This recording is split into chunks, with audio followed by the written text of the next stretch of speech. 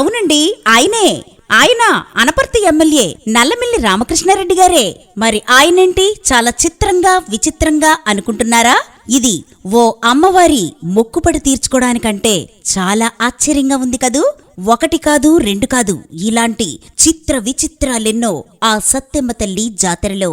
దేవతల మొక్కులు తీర్చుకోవాలంటే కోడినో మేకనో బలివ్వడం, కానుకలు సమర్పించుకోవడం, చీరా సారే సమర్పించుకోవడం ఎక్కడైనా కామన్. కాని సత్తెమ్మ తల్లి మాత్రం చాలా డిఫరెంట్. ఆమెకు మొక్కు తీర్చుకోవాలంటే ఎంతటి వారైనా విచిత్ర వేషం వేయాల్సిందే.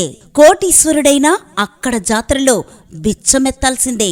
విచిత్ర వేషధారణతో బిచ్చమెత్తి వచ్చిన సొమ్మును అమ్మవారికి సమర్పిస్తేనే మొక్కుబడి తీర్చినట్లు.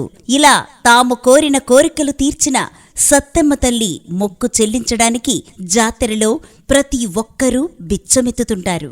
ఇలా బిచ్చమెత్తుకునే వారిలో కోటీశ్వరులు, ప్రభుత్వోద్యోగులు, విదేశాలలో నివసిస్తున్న సాఫ్ట్వేర్ నిపుణులు, పెద్ద పెద్ద రాజకీయ నాయకులు, అంతెందుకు ఎమ్మెల్యే గారు కూడా నేను సైతం అంటూ అమ్మవారి మొక్కు చెల్లించుకున్నారంటే అర్థమవుతుంది ఆ తల్లి మహత్యమెంతో.